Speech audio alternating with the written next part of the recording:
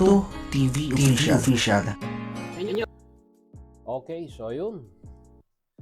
What's up mga kabagis? This is Jubilito TV Official at eto na naman pumuli ang isang edisyon po ng ating reaction video mga kalingap at kabagis. Pero bago po lahat, shoutout po muna natin Kuya Val Santos Matubang, Ariano Vlogs at Kalingap Rap sa ating mga kalingap netizens at kalingap subscribers. Ayan po, mega love shoutout po sa inyong lahat. So ito nga mga kalingap at kabagis, for today's reaction video, gawa lang po natin ng reaction at muli po pagbibigay ng ating personal opinion regarding po dito sa naging statement po ni Kanoli Vlogs. Ayan po, mega love shoutout sa iyo bro. Gagawan ko lang ng reaction yung naging statement mo in regards doon sa sinasabing napanood ng yung may bahay na sinasabi ni Kuya Bal na iniimbitahan ka nga daw po na bumalik po or muling sumapi sa community ng Kalingap. Although ako po in first hand ay hindi ko pa rin po napanood yung live na yon. Yun po yung yun po yung re-reactionan natin ngayon, yung sagot ni Kanoli Vlogs in regards doon sa invitation di umano ni Kuya Bal na pinapabalik na po siya sa community ng Kalingap. So wag na natin patagalin mga Kalingap at kabagis. Pakinggan po natin kung ano po ang sagot ni Kanoli in regards po sa invitasyon na ito ni Kuya Bal. Ayan. Panoorin at pakinggan po muna natin bago po natin gawa ng reaction. Kaya salamat kay Kuya Bal at kung gano'n na tayo pinababalik niya po. Ito po at sa Rochelle naman maraming salamat din po na tinanggap tayo marami ang sumuporta at ang masasabi ko lang po ang akin po ay pagtulong ang hinahanap ko talaga ay tumulong.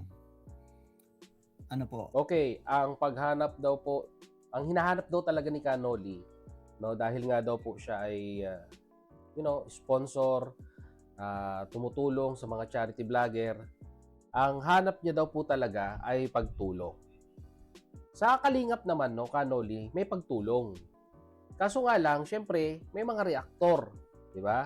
Katulad namin.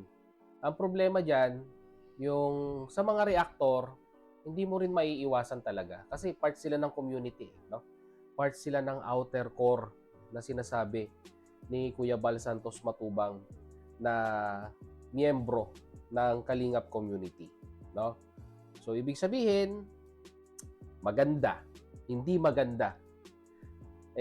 Parte na po 'yan sa pagre-reaction ng mga Kalingap reactor natin.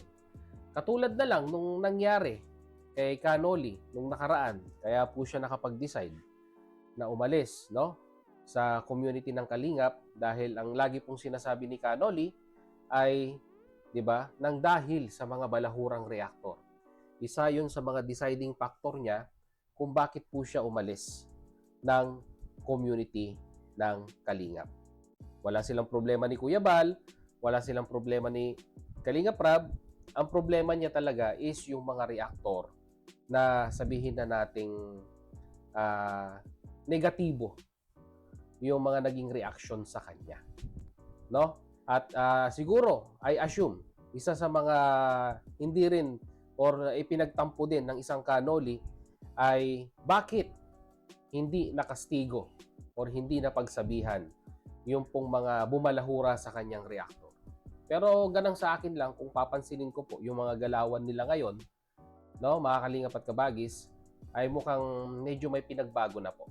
Mas malumanay na sila kumpara sa dati. Mga Kalingap at kabagis. Yun po yung isa sa mga napansin ko, Kanoli. May pinagbago naman. At sabi ko naman doon sa reaction video ko sa iyo noon, hindi naman po siguro bingi or hindi naman po siguro manhid ang isang Bal Santos Matubang para sabihin na nating hindi bigyan ng aksyon yung mga hindi magandang ginagawa, kung sa tingin po niya hindi magandang ginagawa ng isang Kalingap partners ay hindi po siguro ipagsasawalang bahala ng isang Bal Santos Matubang yan, di ba? Action yan syempre. Sponsor ka di ba? Nakakatulong ka sa programa ng Kalingap. So, imposibleng hindi gagawa ng aksyon ang isang Bal Santos Matubang. So, dako ulit tayo dun sa sinabi niya, mga Kalingap at kabagis, ang hanap ni Kanoli ay talagang pagtulong. kung sa tingin ko po ay parang dito kasi sa community ng Kalingap, di ba? Kung gusto niyang tumulong, pwede siyang tumulong. Kaso ang problema, baka yung pagtulong na yon ay baka bigyan na naman po ng kulay ng mga kasamahan po nating reactor. Yun po siguro yung doubt ni Kanoli, no? Mga Kalingap at Kabagis, no? Kaya sana doon sa sinalihan mong community ay sa tingin ko wala namang kwan eh. Diyan sa bago mong community. Ipinagbawal yan ni Dodong Roel. If I was not mistaken, correct me if I'm wrong. Ipinagbawal yan ni Dodong Roel yung mga reactor dahil alam niya, no, kung ano yung magiging impact niyan sa kanyang community, no? Kaya napakaswerte mo nga, sir, nakakapag-react ka eh, di ba, sa community ni Dodong Roel. Kasi unang-una sa lahat, ayaw na ayaw niya yan, di ba? Yung pero na lang, no, hindi ko po alam, correct me if I'm wrong, sir, di ba? Hindi ko correct me if I'm wrong na lang po, kung hindi ko naman alam, baka meron kayong naging pag-uusap, di ba, ni Dodong Roel, dahil nakadaupang palad ko na rin si Dodong Roel. Napakabait na bata niyan, di ba? Napakabait na bata yan. At sa tingin ko naman po ay nakausap nyo na, kaya nakakapag-react na kayo sa kanyang community.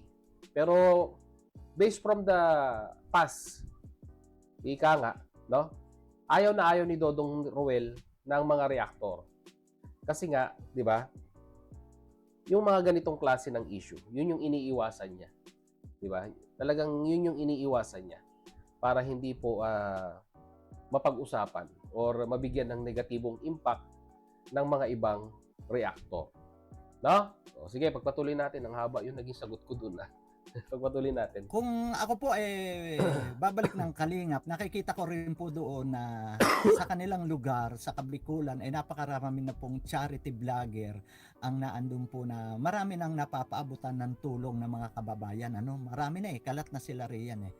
At dito po naman sa side ng Rosyal community, kina Dodong, lalo na po sa Bukidnon, nakikita ko pong ewan ko siya pa lang po ang isang charity vlogger nandun, o si Pugong Biyahero sa lugar na iyon. Ano po? Okay, so base dito sa hindi po kasi kung base po dito sa sinasabi ni Kanoli, ay gusto niya namang, siguro I assume, gusto niyang i-explore din yung mga ibang lugar na pwedeng matulungan, no? Kumbaga parang Daet is already Daet, no? At marami naman na pong charity vlogger diyan, di ba? Na-train nila Kuya Bal, ng mga Kalingap partners, di ba? Nandiyan na sila nandiyan na sila, nag-reside na sila diyan sa Daet, di ba? Nagkaroon na nga ng mga bahay yung iba diyan.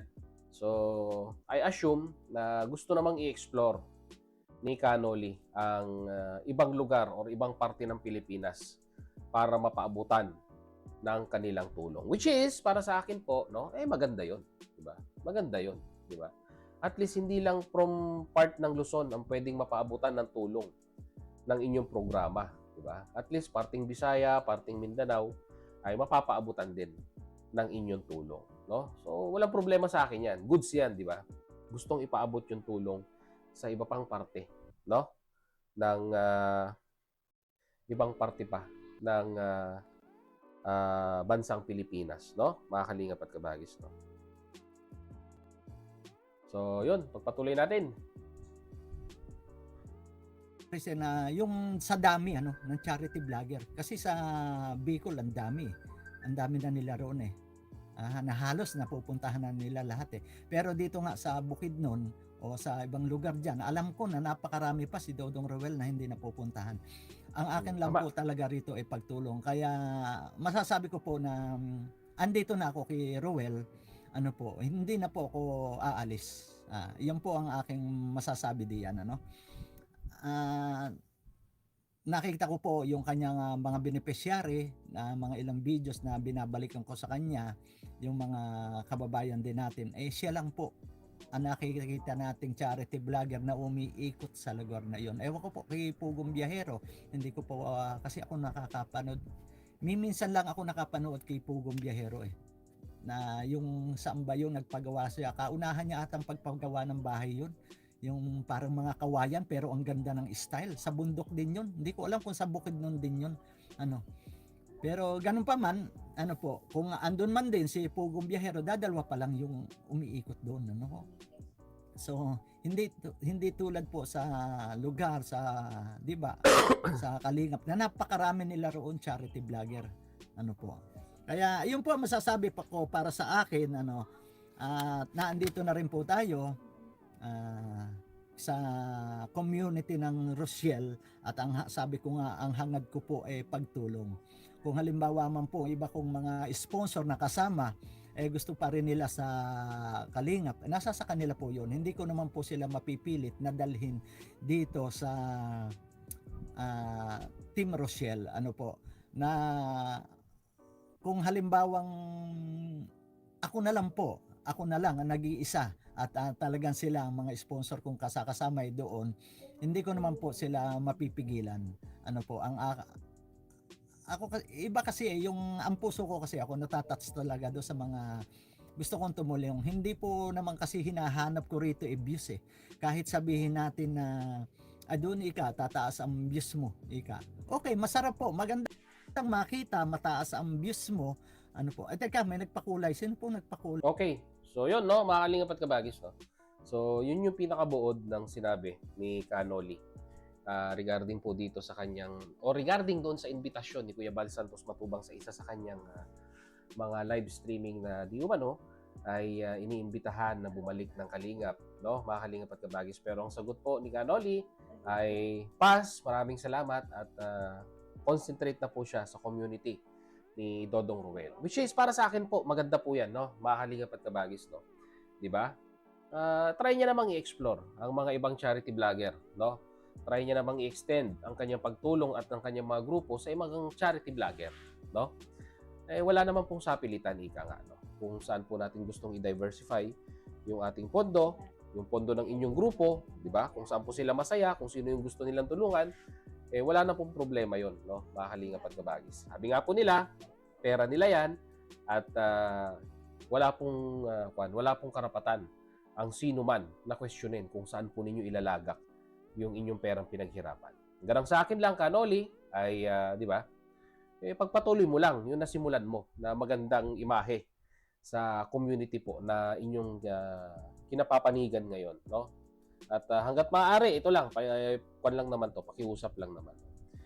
Iwasan na natin, no? Kung pwede, no? Kung iwasan na natin na magkaroon tayo ng comparison, no? Between yung grupong inyong kinaaniban ngayon at yung grupo na pinanggalingan ninyo. Yun lang po ang masasabi ko dyan. Or may advice, no? Mamaya, na naman i-take mo na naman in a negative way yung sasabihin ko, no? Sabihin mo na naman, pinapayuhan kita. Sino ba naman si Jubilito TV official, no?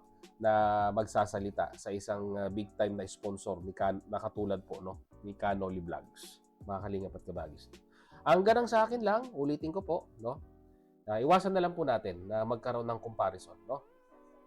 Between yung grupong inyong sinusuportahan ngayon at ng Team Kalingap. Kasi ang makakapansin po niyan, no? Mga viewers po, no?